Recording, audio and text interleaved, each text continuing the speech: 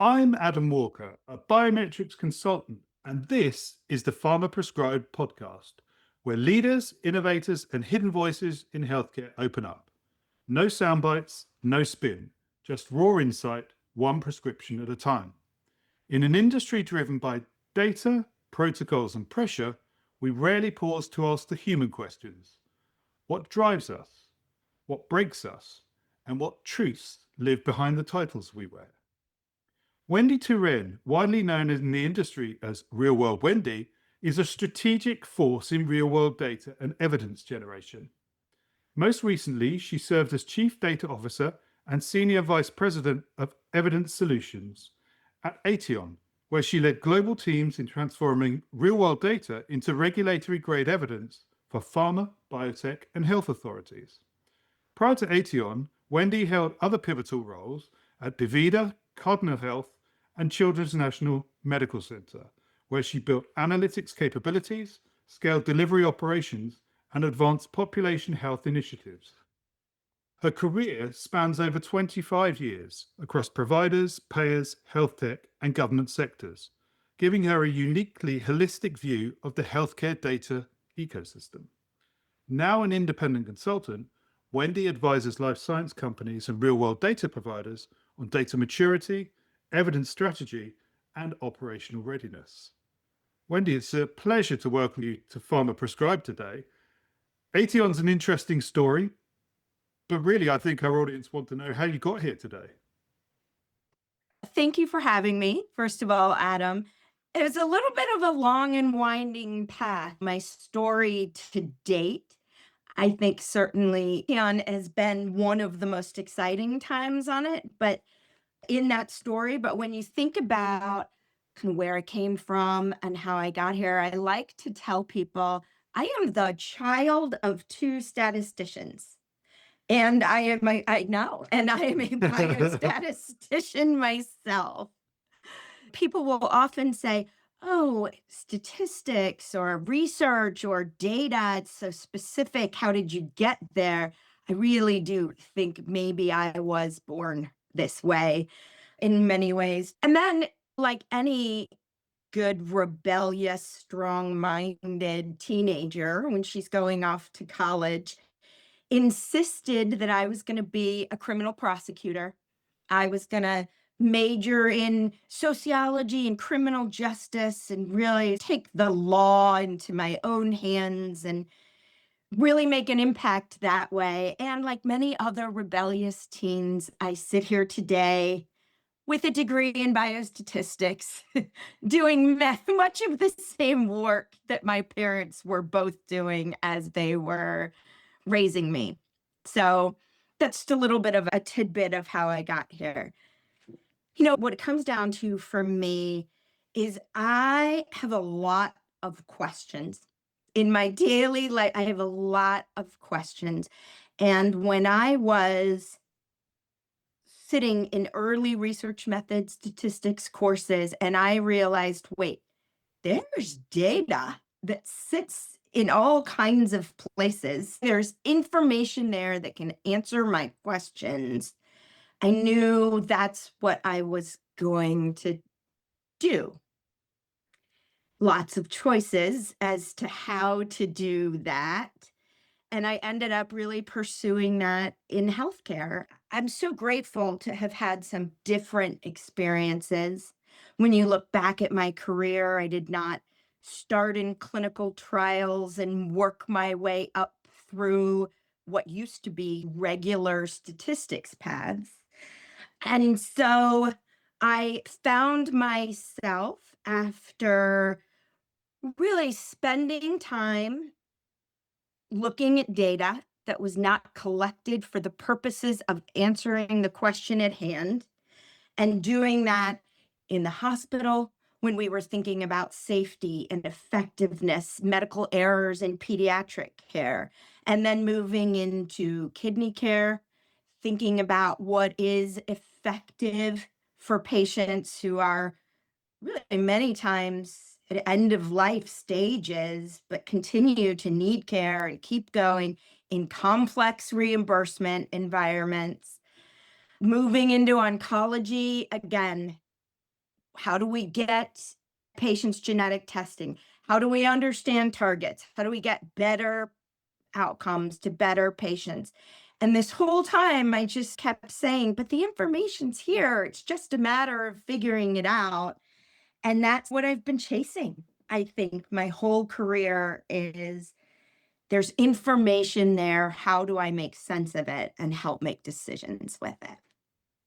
Thank you for sharing that. And it's fascinating to hear how everyone comes to where they sit today. And no doubt you've not only got a couple of very proud parents, but I'm just curious what kind of conversations were happening around that dinner table, because I can only think what's happening around mine. Our kids want to know anything about what we're up to, my wife and I, in life science and all the associated areas. So I'm just wondering what kind of conversations were happening around that dinner table.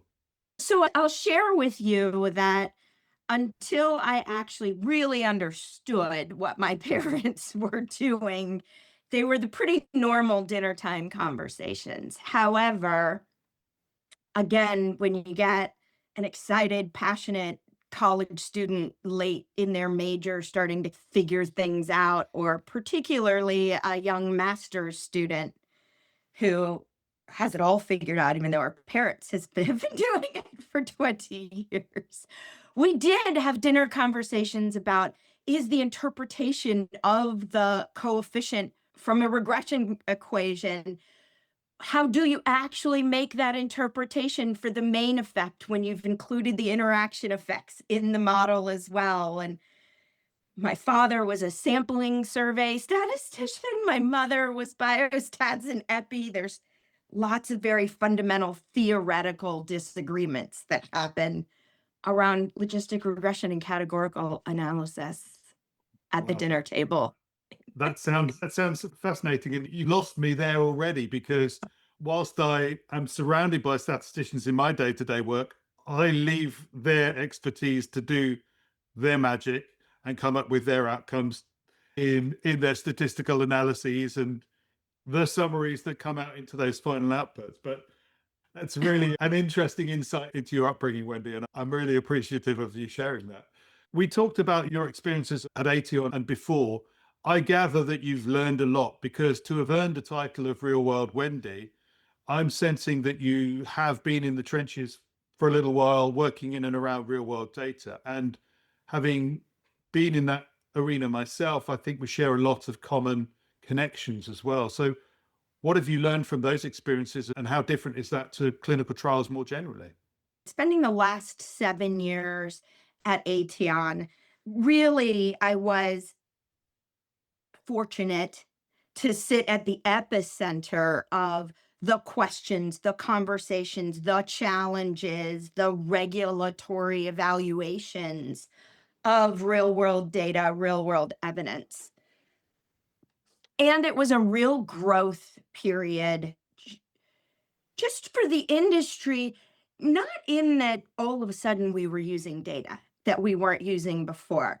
But I really would say that what I learned is that, especially in the last 6 years, what's really important is for around any new concept, and I hate to mention it, but AI is going to follow in this same way, right? But what are the standards that we agree on? Let's create a shared vocabulary so that we can communicate around what we agree on, what we don't agree on, what we are willing to call even the term regulatory grade. And so my biggest learnings, aside from how I think life sciences wants to use data and how I think that data companies can really meet those needs better, my biggest learnings have come around when any multi-stakeholder group with competing needs and competing incentives, if we're going to be frank, and that varies really highly around the globe, right? But when you need to bring any multi-stakeholder group together, there are some fundamental keys to success that I just see continuing to repeat in our own industry. Being able to listen to each other, being sure that multiple perspectives are expressed in a room and in a conversation, and shutting down the perspectives that are inconvenient lead to big and costly mistakes later, right? Having a shared vocabulary so that you are not arguing with another person over the same point with different words.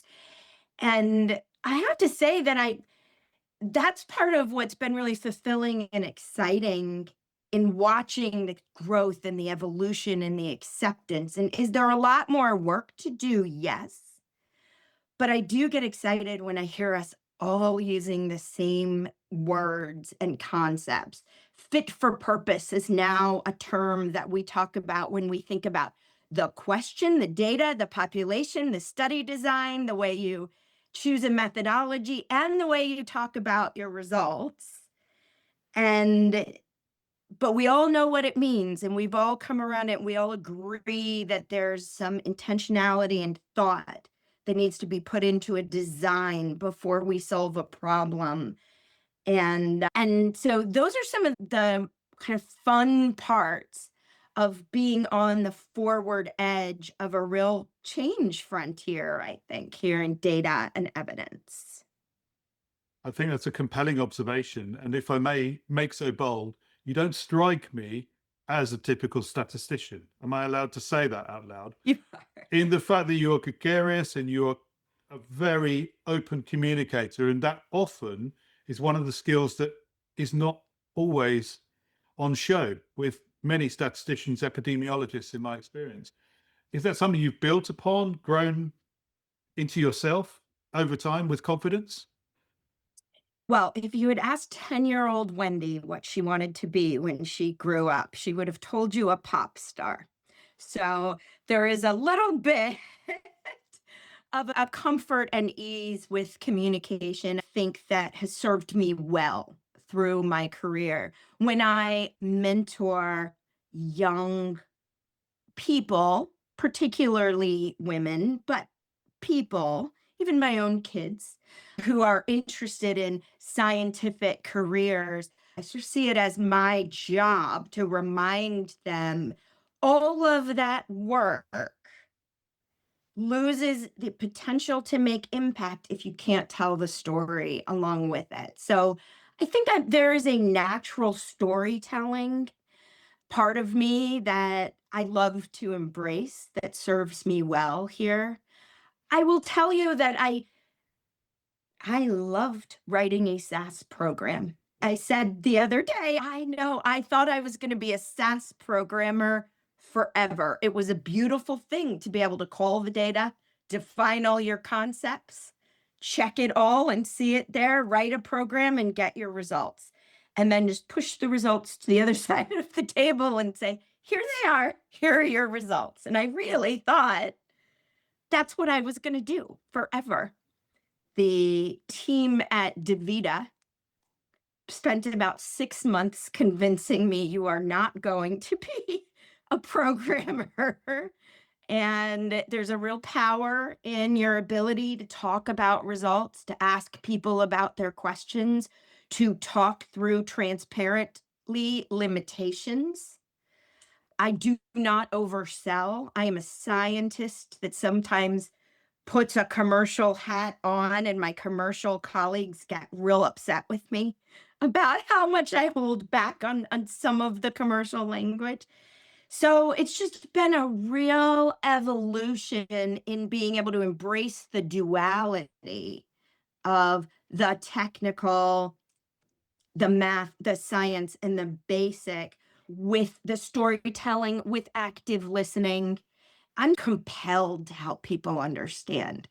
And so you will find me talking to people about technical terms at a much simpler language just by nature than to move right into my technical terms. I think you've nailed that particular point, and it's something that I also describe in my own experience. Is I may be the least qualified person in the room on paper, but I always try to simplify the complexity for the broader audience, whether that's in the room or outside the room. And I think that's probably how we've connected, because as you're speaking, that's exactly what you're making me think of. I think in the real world evidence arena, there seems to be more of an opportunity to be that person, isn't there? I'm thinking particularly around early in the pandemic. You'll recall there were many of those podcasts and channels and Clubhouse sites where people went and they just chatted because we had so much time to chat. I'm assuming you were in some of those Clubhouse conversations early pandemic in 2020 and beyond, because those places were fascinating for me just to be a fly on the wall and listen to some of the conversations, as much as I got the impression that there was an awful lot more going on behind the scenes than I was ever privy to, because it was always behind a paywall or behind a CDA and pure confidentiality. But in those forum, people were talking and sharing, not breaking confidentiality, but definitely shooting the breeze and pushing out the boundaries, were they not? Is that perception fair?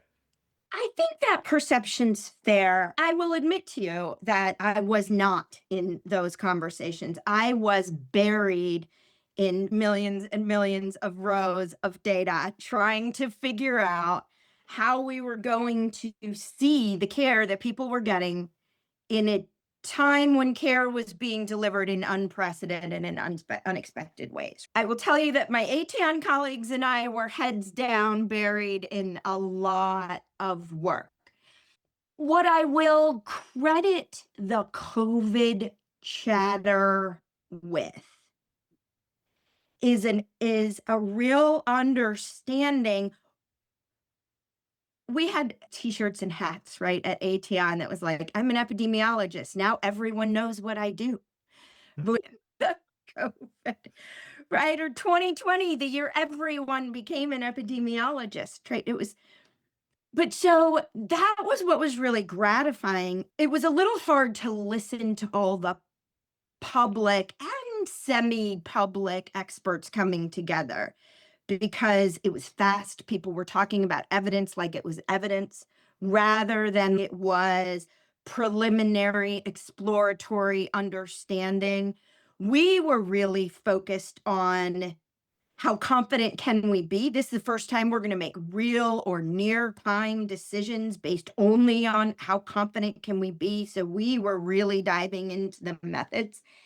And so on the one hand, all of the chatter, I believe, moved the healthcare consumer towards a place of wanting to understand what they were reading, really trying to think about the information that was coming out.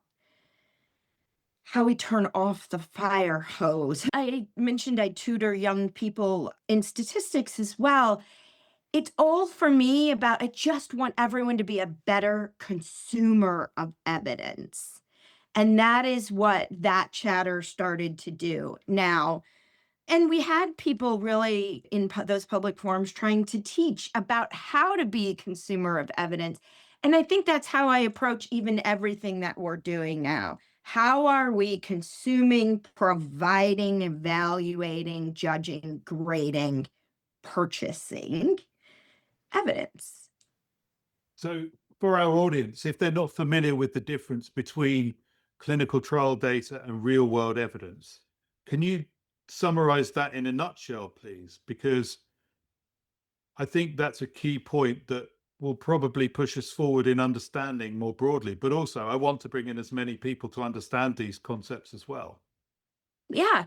So, look, at its base, I'm going to assume sort of universally agreed on, when we think about clinical trials and clinical trial data, they are designed to be as ultimately controlled as possible and to focus on a specific comparison. And all of those designs and controls, particularly when you're making the initial safety decisions, when you're evaluating initial effectiveness claims, there is certainly a place for that kind of well-controlled, and many people will say the key is randomized trial that has long been the gold standard of evidence. And I think we we're hearing as people were wanting to think about the data that was being collected through the course of care, delivering healthcare in a non-experimental setting, I think that as the idea of how can we use that data, how can it be part of developing medicines, some of the conversations started coming hard out of the gate with, but you could do this instead of a clinical trial. And here are all of the reasons why. And where we've moved now is that now we're thinking about the pieces of an evidence package. And so when we think about real world data or real world evidence, what we're up to in that space is we haven't carefully designed the trial.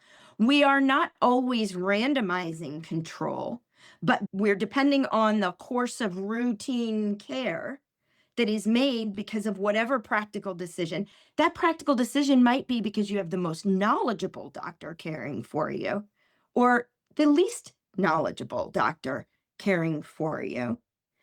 There's a wealth of information that's available to us. Yes, it is not as well controlled. So we need to be very thoughtful about the math and the language and the words and the media and the hype and the advertising that we put around it.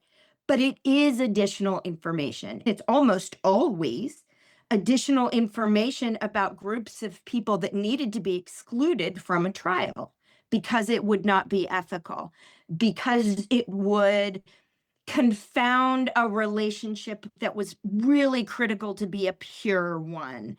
And so when I think about clinical trials and real world data and real world evidence, for me, they are pieces of a puzzle, components of a package that actually answer different questions and give you a different lens of the same question sometimes. Thanks so much for explaining that. I think that's very helpful.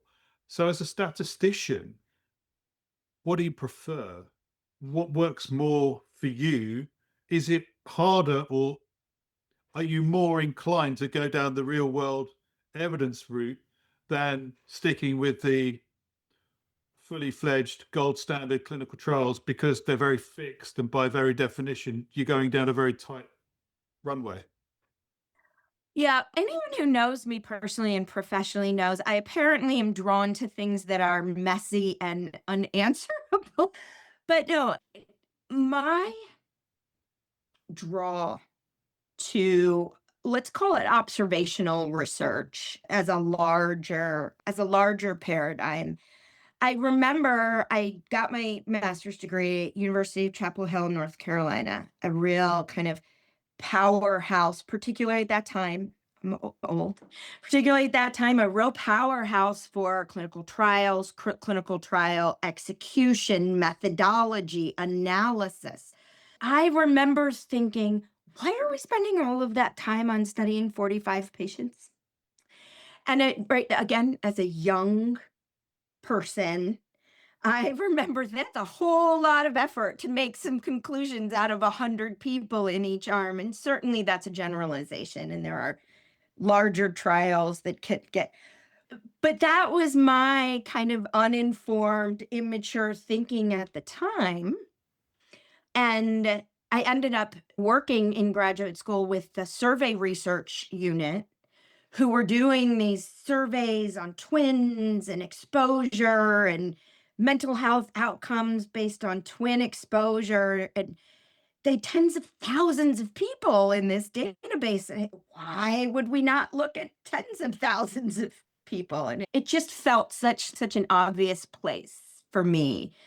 And then there's a lot to clean up when you take on that problem. And I think that the story of my career, maybe when I look back on it, is I've spent some time cleaning up around the edges, really trying to push some of the low hanging fruit around. There's a lot to be defined in what already exists. And now here we are, 25 years later, I'm super excited about using structured data, but where I really want to kind of get my hands on data and start sinking in is how can I extract even more from some of that unstructured data or the unstructured tools that will look at structured data without some of the constraints that we look at it with from a human perspective. I think that explains it very well, actually, Wendy, because in the context of structured versus unstructured data, that really is the sweet spot, isn't it? It's small versus large data sets. And I'm sensing perhaps that the conversations that you're having with many of your mentees are along those similar lines, are they? Because you've had experiences both in clinical trial arena, but also in the real world evidence. And it's very clear to me where your enthusiasm is and where your future may lie. But in addition, what do you say to those guys coming into this industry? How do you advise them on where they ought to be centering their attention? Is it down to the person? Is it down to their drive, their motivation? What is it you advise them around? So when I talk to either folks that work for me or I do some mentoring with some universities, I talk to all young people about really about thinking about your toolbox. What is in your toolbox? Mine is red and shiny, and it has bright gold clasps on it that sparkle with gold glitter, right? But what is in my toolbox? There are some analytic tools, and there are some really good tools that I've developed over 25 years in evaluation around some specific things around data. And we started our conversation this way. What else is in my toolbox? Storytelling, active listening, creative problem solving. Yeah, my son has dreams of being an engineer and he's into welding and he's interested in nuclear. And those are going to be your tools. But what's important is where does it feel really fun to take your toolbox to? What job site feels really fun to work on with your tools? What building? And for some people, that is a building. I want to build a palace.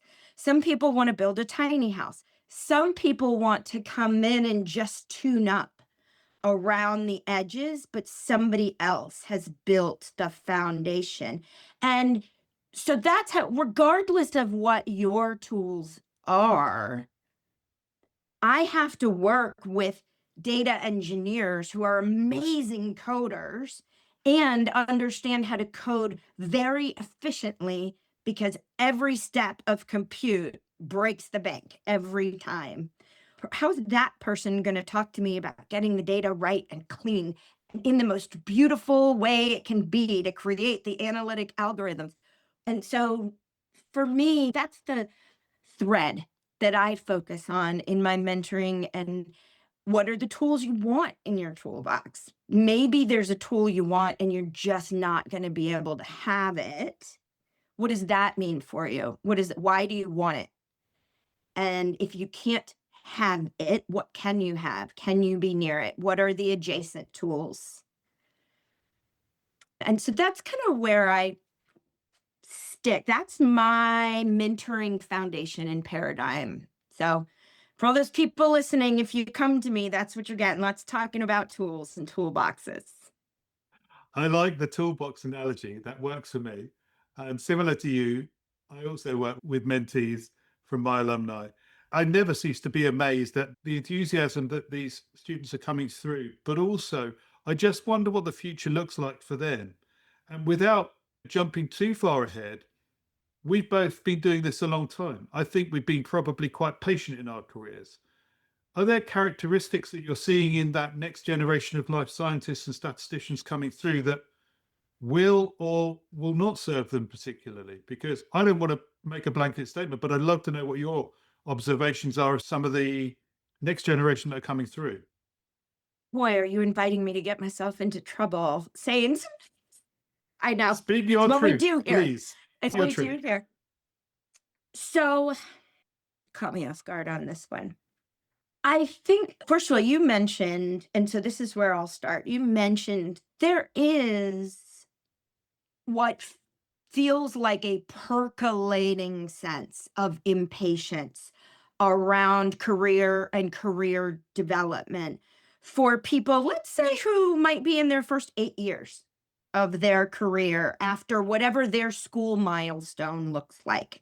And that means we're talking about a pretty wide age range, actually, of people too, and experiences. But I do think that there's an impatience to progress in your career. Now, look, on the one hand, that impatience, and I saw this at Aetion, right? We were a fast growing company, and most of the people who were working at Aetion, it was their first job, right, or an early career job. It's hard not to feel that impatience. And on the one hand, I think it does push you, that impatience and that youthful exuberance. And it does help remind people, maybe who have gotten comfortable in leadership, maybe who are not making catalytic changes because it feels hard, it feels disruptive. It's a good reminder to try that out sometimes. At the same time, I found myself saying to many young people, what is the why behind that impatience? So, what is it going to look like for you? I had young people who were 24, 25. When am I going to get to lead a team and be a team leader? Do you want to lead other people at 25?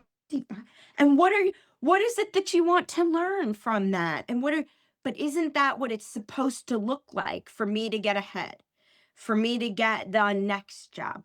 So what I'm hoping, I feel like corporate job ladders, normal career paths are being disrupted. It's part of what that urgency is doing for us. Do I have to do a little bit of a double take when I see a 30-year-old CEO? I do. I do. I'm going to admit it. I do. And I want to ask a few more questions, and I want to see how much somebody has. But that different approach, the urgency, the impatience, it's breaking the way we've thought a little bit more. I worry that it makes it harder for us to learn from past mistakes.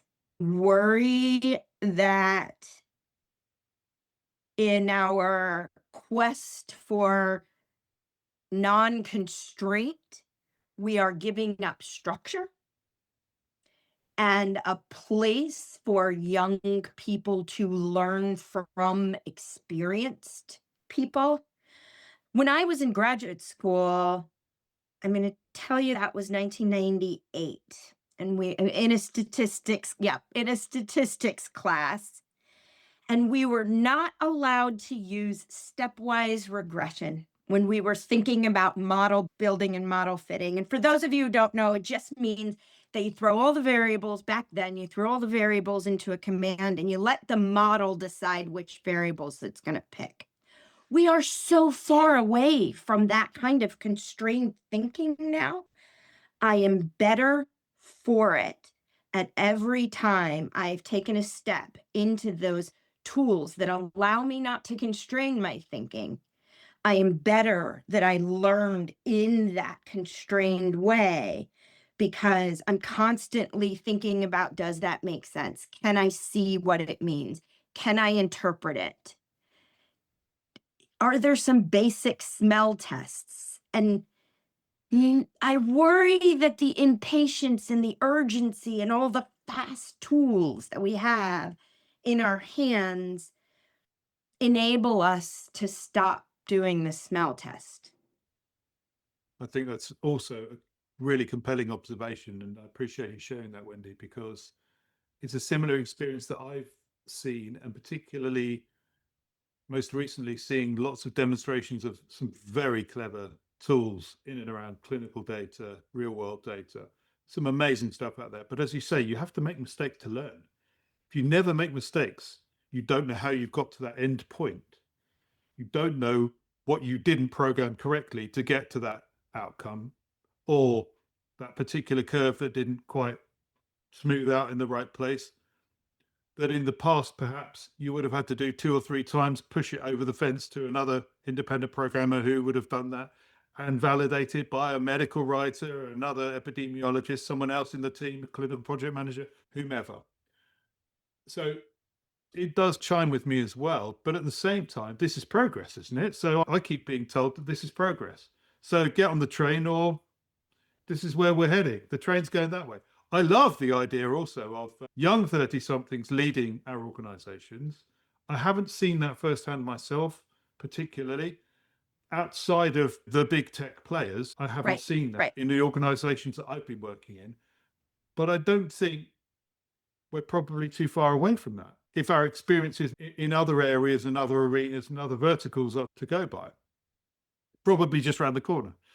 I agree. What I want to say to those young people, don't forget to stop and talk to the people around you. Even the example that you just gave about you used to have to write the program and somebody would validate it. There were also a few different people sitting around the table talking about, are we asking the right questions? And we've done a great job, particularly in the RWE and pharma space, spending more time thinking about asking the questions the right way. But again, with these fast tools, I start to worry if one person is able to sit in a room and ask and answer questions themselves, is there nothing such as common sense, common knowledge, common goals anymore? I'm going to play that one back and turn it on its head. So I'm a 20-something and I'm listening to this conversation and I'm thinking, give me a chance. Why not just give me a chance? What have you got to lose? I'm keen. I'm willing. I'll work all the hours God sends. I'll be there for you. I want to learn from you, alongside you. And I appreciate that I will make mistakes along the way, but I'm really keen and I'm really motivated. Is that enough? I think it's the main ingredient. And also, I want all of those people to take their chances. What I think, right, with great power comes great responsibility. And so I think that if you're going to go out there and you're going to say, I'm doing it, I'm keen, I'm motivated, we're doing it, we're building it. I don't know that you still have to bring other people along with you. You still need the active listening, the ability to defend your viewpoint, the storytelling, the ability to understand. I've seen a number of health tech, digital tech companies that come out and everybody is going to want this, right? And sometimes I'm actually in a position to evaluate a product like that and think, nobody's going to want that. And I think that you see that you get to those situations with, but have you actually talked to your customers about what they want? Are you able to put yourself in the other shoe and answer the questions that cause doubts in other people's minds? And so the ability, the motivation, and the pure physical ability to move fast doesn't mean that you don't have to bring others along with you, that you don't have to do it within the framework that we're operating in now. Try to break it, great. But you have to be able to break it and put it back together as you move along. You can't just break and run away. I seem to be the one that's always putting it back together these days, Adam. Sometimes you need someone in the room that can do that. Based upon the experiences that you've had and as broad and as wide as they have been, what do you see that future self for your own role in the industry as we go forward as Real World Wendy, this new incarnation of yourself into the world of a consultant like myself? What is that looking like for you, and what do you intend for that? It changes every day. And I intend to let it keep changing every day. How about that? I am eager to figure out a place or a space to land next where we're going deeper, where I'm going deeper. And what does that mean? I feel like I sat in the middle of an ecosystem, life sciences, the data providers, producers. Just because you produce don't mean you provide. Just because you provide doesn't mean you produce. So the producers, the providers, the consumers, I've really had a chance to sit in the middle. And there are a few spots that are a little bit that I get extremely passionate about. Clearly and timely in the US regulatory news today, I think there is a host of work we should be doing in women's health that data can unlock some fundamental mysteries for and towards.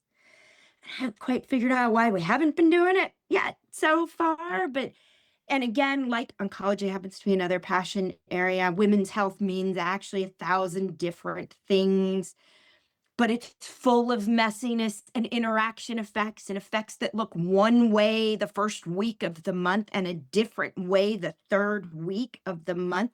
But we have all of the tools.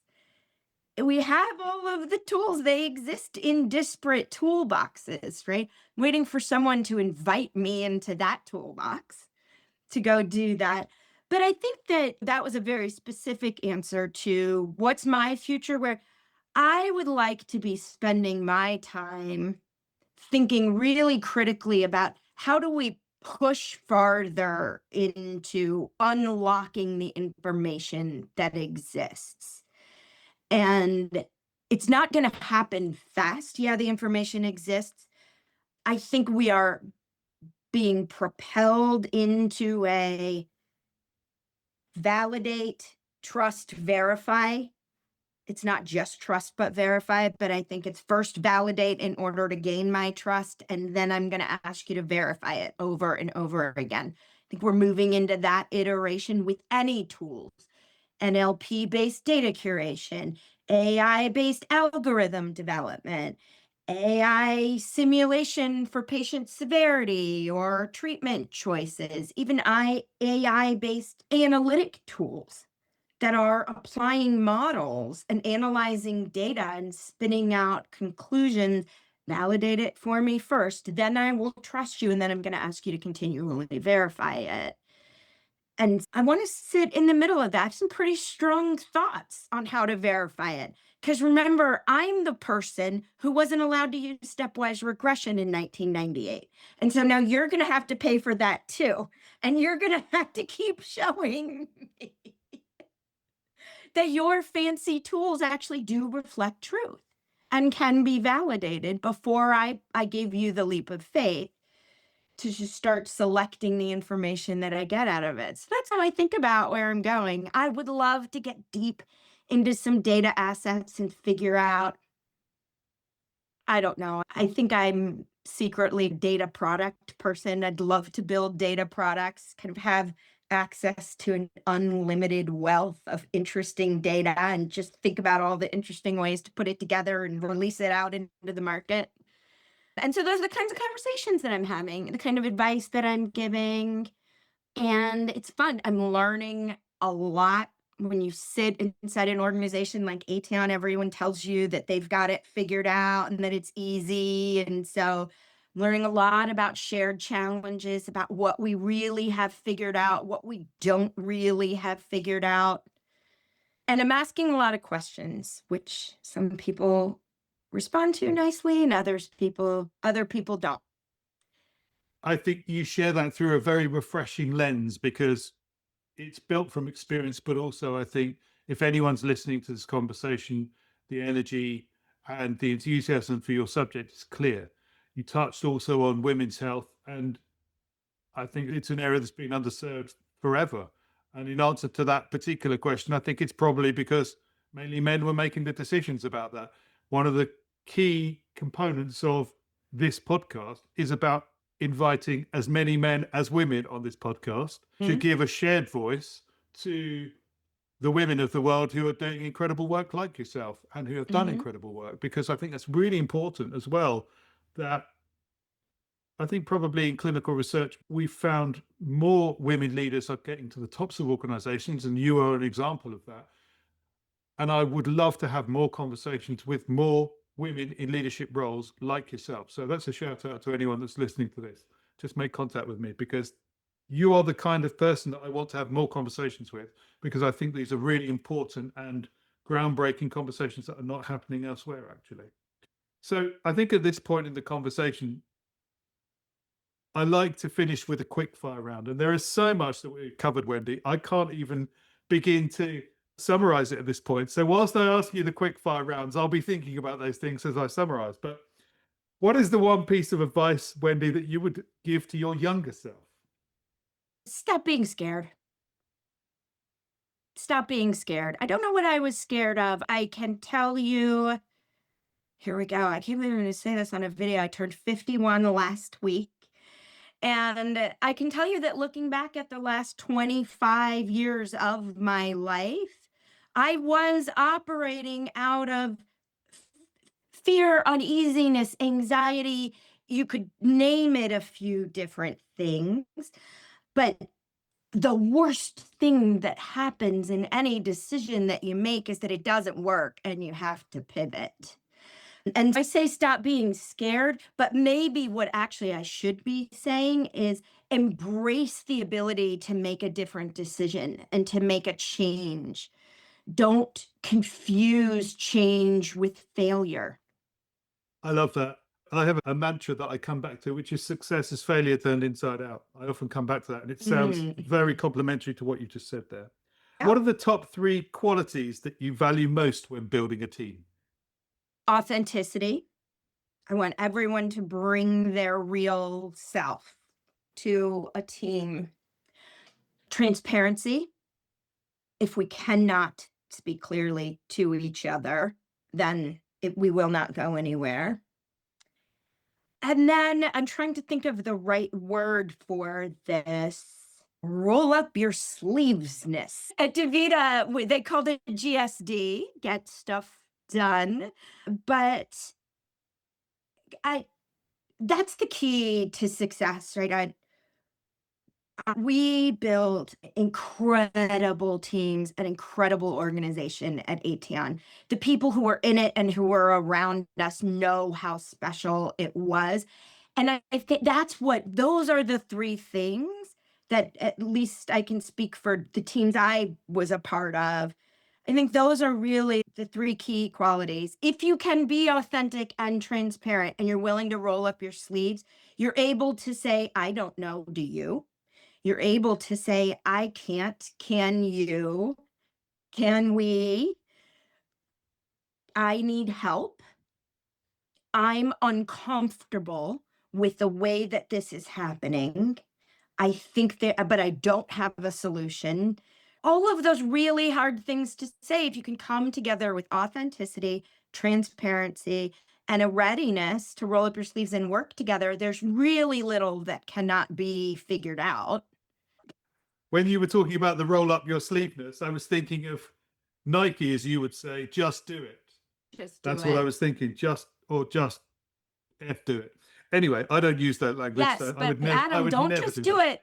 But don't just do it without talking to other people, without making sure you're active listening, without being intentional about the choices you're making. I want everyone to have a just do it attitude. Someone on my team saying that's her job and not mine is the quickest way to shut me down in a conversation. And what is your favorite thing outside of work? My boys, my kids. I don't know if it's fair to say that. They are young men now. They are 18 and 20, and they're boys. And our house has been me and the 2 of them only. That's been our dynamic. It is one of my favorite things to watch them bloom into men, get curious about the world around them, get curious about me and what I do and what I like, and it just doesn't happen until with girls, I feel like it happens in different ways all through. But with the boys, when that starts to happen, I'm going to take them to Europe. We are going to Zurich, Bern, and Paris for Christmas this year. So we're going to spend Christmas Eve and Christmas in Bern. I chose Bern because I have a budding physicist who's a little bit of an Einstein fan. So we're going to spend a little Christmas time in Bern and Zurich and Paris. And so there is little I like more than showing them new things, spending time with them, hearing them talk about things. We have fun. I'm just a big sappy mom, Adam, is really what I am. I don't have any problem with that whatsoever. Just so that when they're listening and we can embarrass them, what are their names? Oh, their names are William. He goes by Trip. He never goes by William. So my 20-year-old is Trip. He is a sophomore at the University of Tennessee, living his best life there. Go Vols. And my senior in high school is Zacharia. We are mid-college application. We're crossing our fingers for some of the best engineering schools in the country. So that's them. I feel sure they would never listen to the replay of this podcast all the way through, but maybe if I tell them there's an Easter egg at the end. They haven't seen my YouTube shorts yet. So when that pops up on their YouTube channel, you wait and see. I love that. Adam, this is the best. This is I'm trying to tick off all the boxes. I'm doing my very best. And finally, Wendy, what is your number one golden rule in life and in business? Be honest and be kind. Really, just be honest and be kind. It sounds so simple, and I'll say it. It comes out of my mouth in 100 different ways as I'm talking to people, but be honest and be kind. I will always come into a business conversation honest and kind. You know that's what you will get from me. And that's just where it starts. Perfect. We've had a wonderful conversation, Wendy. There's no two ways about it. You started off by talking about those conversations around the dinner table with your statistician parents. And then we've touched on your two boys who clearly make you very proud. And I'm sure they're extremely proud of you as well. And the experiences that you've had that have made you the person that you are today. And hopefully that will serve you for many years ahead as an independent consultant in this wonderful industry that we work in. So for anyone that's been listening to this conversation who wants to get in touch with you, Wendy, what's the best way to reach out to you? Real World Wendy at gmail.com. That is the best way to reach out to me. And probably the easiest way for everyone to remember. And look, that is certainly about all the things that I've experienced, but it's really, Real World Wendy is about all the things that get me super passionate about making a difference. And it's always going to be real world. So maybe one day I'll come across clinical trial Carla and we can start and we can have public forum debates and discussions about how the two work together. I think that sounds like a future podcast in the can already. I cannot thank you enough for your honesty and your openness and the kindness with which you've joined the conversation today, Wendy. I had no doubt whatsoever when we spoke recently that this would be an uplifting and an enthusiastic conversation between two very enthusiastic people. And that's how I think it's played out. So once again, I just really want to thank you for coming on Pharma Prescribed, for taking the time, for being so generous with your time. And I look forward to continuing the conversation with you. It's been an absolute pleasure. I hope we get an opportunity to. I appreciate the authenticity and vulnerability with which every guest of yours and the way that you approach hosting the show with a real emphasis on authenticity and vulnerability because we're humans. We're working together. We cannot lose a human connection in trying to do this very hard work. And so thank you, Adam. Bless you, Wendy. I can't finish on any better note than that. Thank you once again for being on Pharma Prescribed.